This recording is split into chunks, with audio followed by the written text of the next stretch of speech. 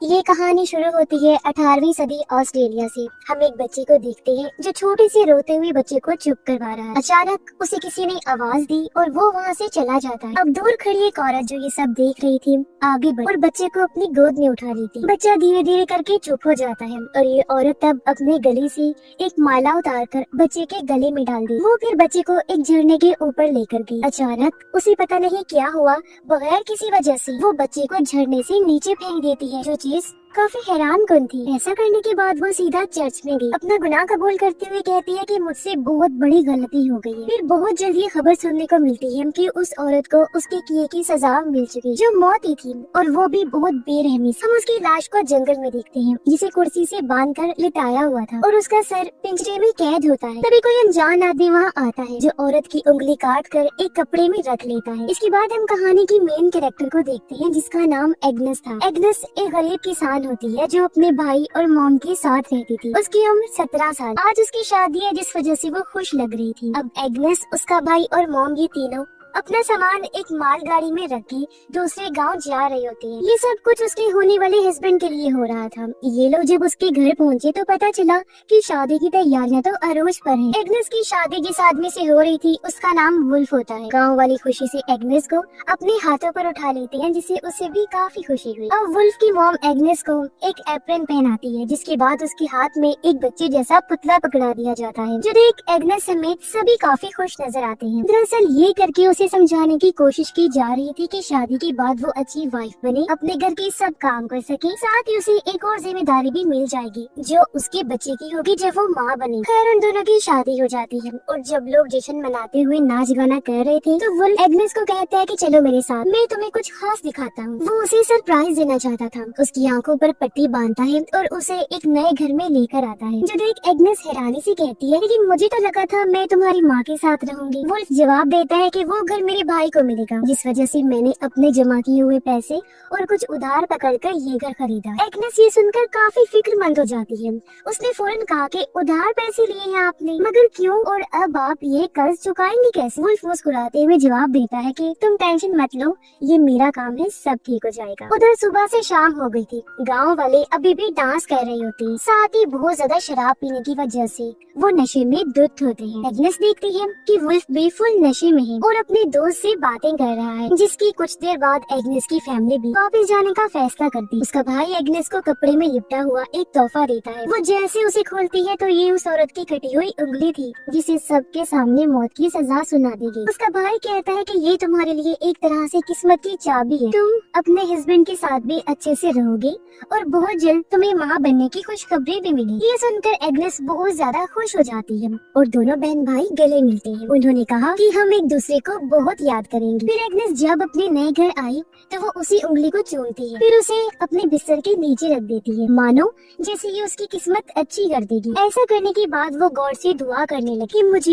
एक अच्छी वाइफ बनाना और बच्चे भी जल्दी देना। अब कुछ देर बाद वुल्फ नशे की हालत में घर आता है। एग्नेस अच्छी बीवी की तरह उसके पास जाकर अच्छा टाइम गुजारने का सोचती है, लेकिन वो तो उल्टा उसे डांट कर चुपचाप सोने को कहकर खुद भी सो जाता है। अगली सुबह जब एग्नेस की आँख खुली तो उसने देखा कि वुल्फ बिस्तर पर नहीं है। वो पूरे घर में और अस्तबल में उसे ढूंढती है, लेकिन वो कहीं भी नहीं मिलता। अब एग्नेस तैयार होकर जंगल में चली जाती है। काफी देर तक वहाँ भटकने के बाद उसे एक पेड़ पर लगे कागज पर अजीब तरह के निशान दिखते हैं। ये उसी औरत के थे जिसने बच्चे को झरने से फेंक दिया था और अब उसकी मौत हो गई। ये देखकर एग्नेस को काफी बुरा महसूस होता है। वो जब आगे बढ़ी तो उसे औरत की लाश भी दिख जाती है, जो अभी तक कुर्सी से बंधी हुई है और उसका सर काटकर साइड पर रखा हुआ है, जो पिंजरे में कैद है। जो देख उसका दिल बैठ जाता है। फिर थोड़ा और आगे बढ़ने पर एग्नेस वुल्फ को ढूंढ लेती है, जो अपनी माँ और गांव वालों के साथ तालाब में मछलियाँ पकड़ रहा होता है। वुल्फ की माँ उसे कहती है, आ जाओ लड़की, काम पर लगो। एग्नेस काम करने की बहुत कोशिश करती है, पर क्योंकि पहले उसने इस तरह का काम नहीं किया होता,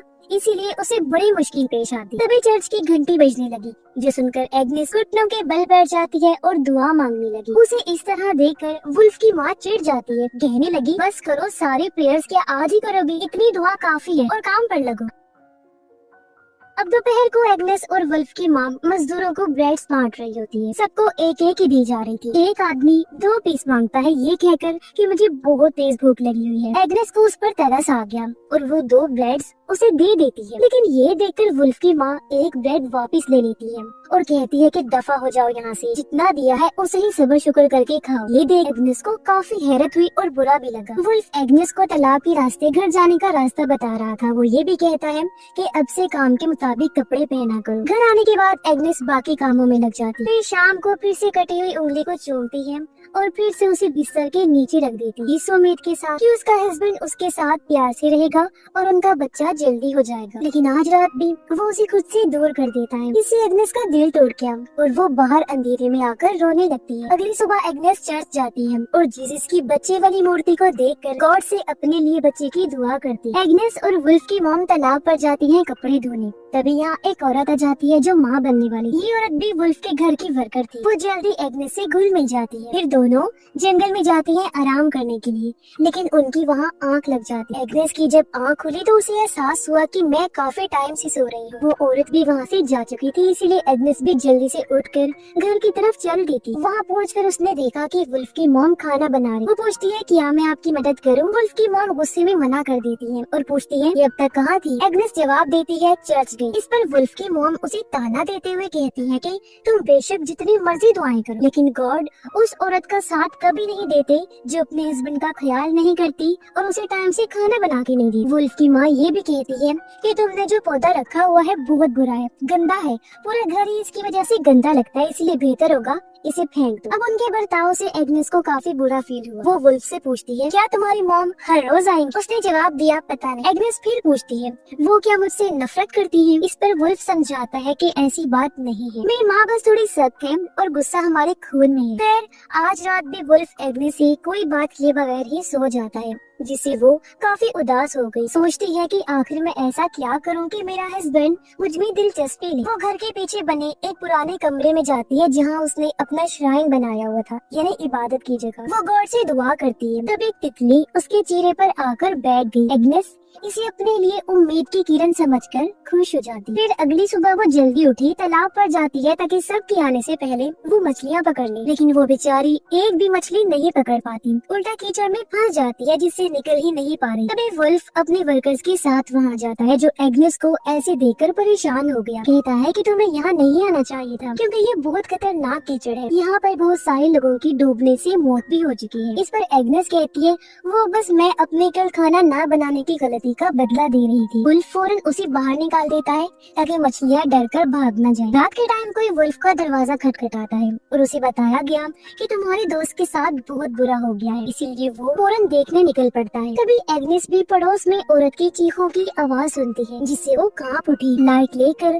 पड़ोसन के घर चेक करने जाती है कि आखिर हुआ क्या है। वहाँ पहुंचकर उसने देखा कि वुल्फ के दोस्त के घर के बाहर बहुत सारे आदमी जमा है क्योंकि वुल्फ के दोस्त ने खुद को फांसी पर लटका कर अपनी जान ले ली। वो आदमी उसकी लाश को लेने आए और उसकी मॉम रो रही और आदमी उसे मिन्नतें कर रही थी कि प्लीज इसे मत लेकर जाओ, लेकिन कोई उसकी बात नहीं सुनता। वो उसकी लाश को एक कैरेज पर रखकर वहाँ से ले जाते हैं। ये सब देखकर एग्नेस काफी डर गई। वो सही में भी घर लौट आती है, दुआ करने लगी कि मैं हमेशा हर बुराई से बची रहूं। अगले दिन वहाँ पर फादर आए। वो कहते हैं कि वुल्फ के दोस्त की लाश को दफन नहीं करना क्योंकि अपनी जान लेना बहुत बड़ा गुनाह है। शुरुआत में जिस औरत ने बच्चे को झरने से फेंका था वो उसका अपना ही बच्चा था, लेकिन उसने तो अपना गुनाह कबूल कर लिया था तो उसे फिर भी तकरीबन माफ कर दिया गया। माफी भी किया कि दर्दनाक मौत तो फिर भी उसे दी गई, लेकिन क्योंकि उसने अपना गुनाह कबूल कर लिया था इसलिए उसकी आत्मा हेवन यानी जन्नत में जाएगी। और वुल्फ के दोस्त ने खुद अपनी जान लेकर इतना बड़ा गुनाह किया कि उसकी आत्मा गुम हो गई है और वो पक्का हेल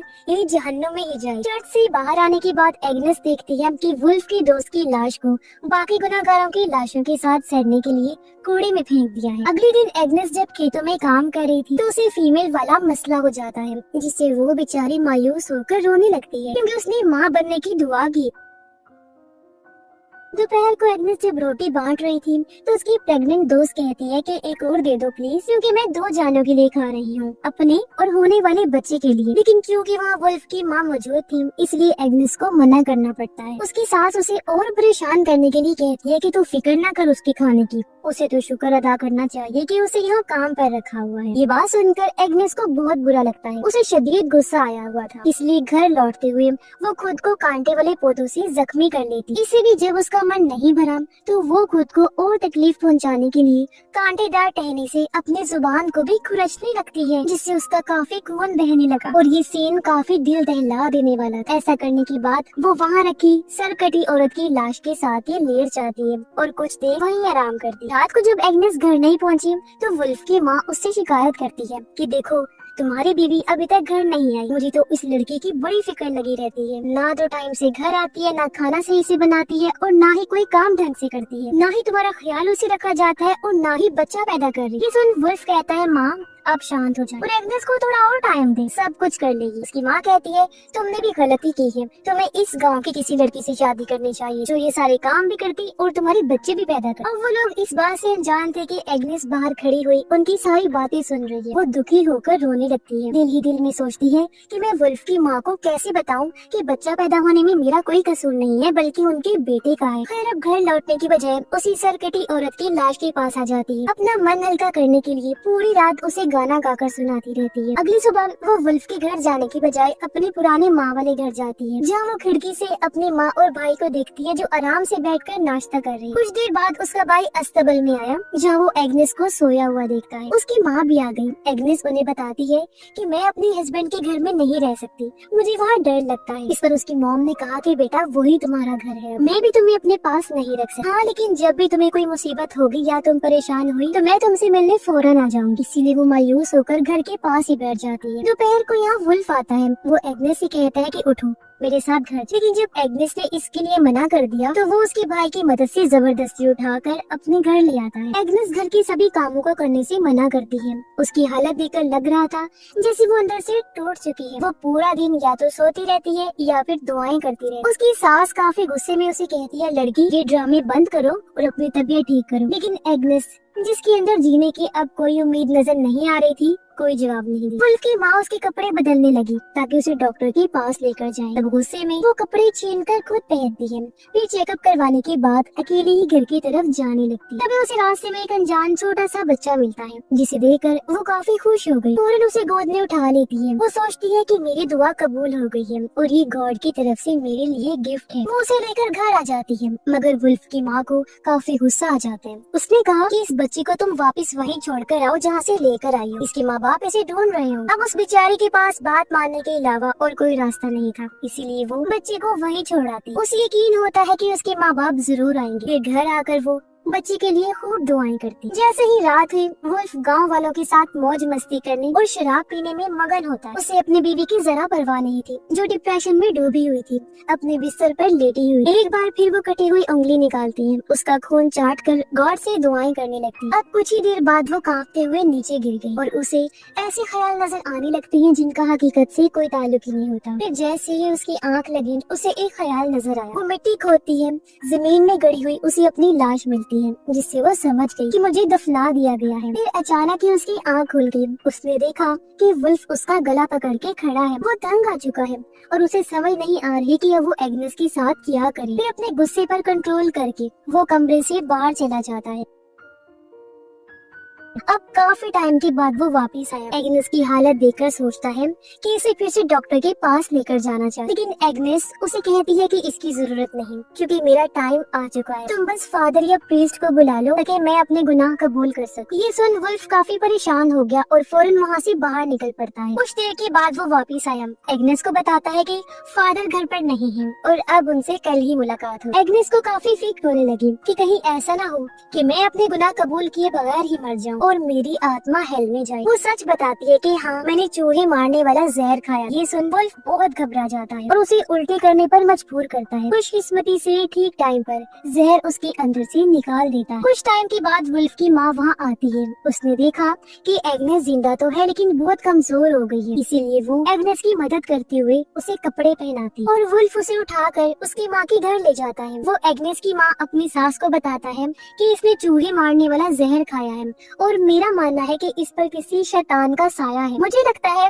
कि इसका यहाँ रहना जरूरी है, सुकून से अपनी माँ के घर, बजाय इसकी कि वो जबरदस्ती मेरे घर में रहे, जिसके बाद वो अपनी वाइफ को अलविदा कहकर वहाँ से चला जा। अगली सुबह हम देखती हैं कि एग्नेस पहले से बेहतर हो गई है और अपने कमरे की साफ सफाई करती, फिर तैयार होकर अपने घर वालों को अलविदा कहकर घर से निकल जाती है। वो जंगल में पहुंची जहाँ उसे बच्चों का एक ग्रुप नजर आया जो खेल रहे थे। एक बच्चे से पूछती है, क्या तुम मुझे यहाँ के श्राइन के बारे में बता सकते हो? मैं तुम्हें पैसे दूंगी। बच्चा इसके लिए मान गया और जब ये दोनों श्राइन तक पहुँची तो एग्नेस उसे कहती है कि तुम भी मेरे साथ दुआ करो। बच्चा मान गया और ये दोनों श्राइन के अंदर जाकर दुआ करने लगती है। लेकिन अब अचानक एग्नेस लड़के की गर्दन में चाकू घुसा देती है, जिससे वो जख्मी होकर नीचे गिर गया। एग्नेस उसे पकड़ लेती है।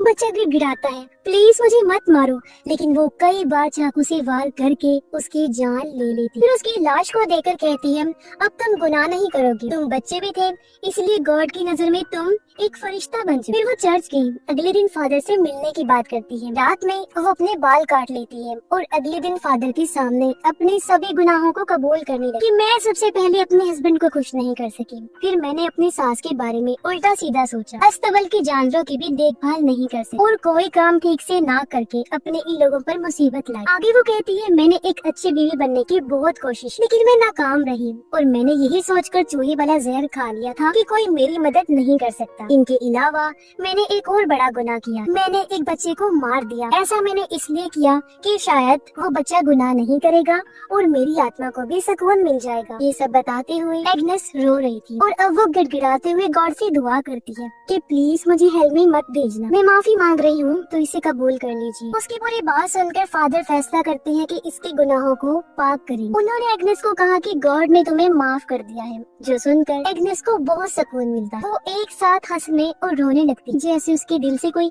बहुत बड़ा बोझ उतर गया हो। फिर अगले दिन लोग पेड़ों पर उसके गुनाहों की तस्वीरें भी लगाते, जैसे वो पहले भी करते थे। एग्नेस को फिर जानवरों की खाल पहनाकर रेडी पर डालकर पूरे गांव में फिराया जाता। फिर उसे वहां ले आए जहाँ उसे मौत के घाट उतारा जाना। उसे एक कुर्सी पर बिठाकर चेहरे पर मास्क डाल दिया जाता है। इन लोगों में वुल्फ भी था जो काफी दुखी नजर आता है, रो रहा था। एग्नेस इस चीज को कबूल करते हुए एक धीमा पुरसुकून सा गाना गाने लगती है, जिसके बाद ही उसका सर काट दिया गया। अब वहाँ खड़े लोगों का मूड अचानक से बदल गया, वो सब खुश होने लगते। फिर एग्नेस की गर्दन से निकलने वाला खून एक बाल्टी में जमा किया जाता है और लोग पैसे दे देकर अपने कप्स और ग्लास को भरने लगते ताकि पी सके, क्योंकि उनका मानना था कि उसने अपने गुनाहों को कबूल किया, उसकी दुआ और माफी कबूल हुई, इसलिए उसका खून प्योर है, पाक है और उसका खून उनकी जिंदगी में खुशहाली लाएगा और अच्छी किस्मत देगा। अब गांव वाले खुशी से झूम उठे, नाचने लगते, जबकि एग्नेस का सर एक पेड़ पर लटका दिया जाता है। और एग्नेस की कहानी के खात्मे के साथ ही ये फिल्म भी इधर ही खत्म हो जाती है।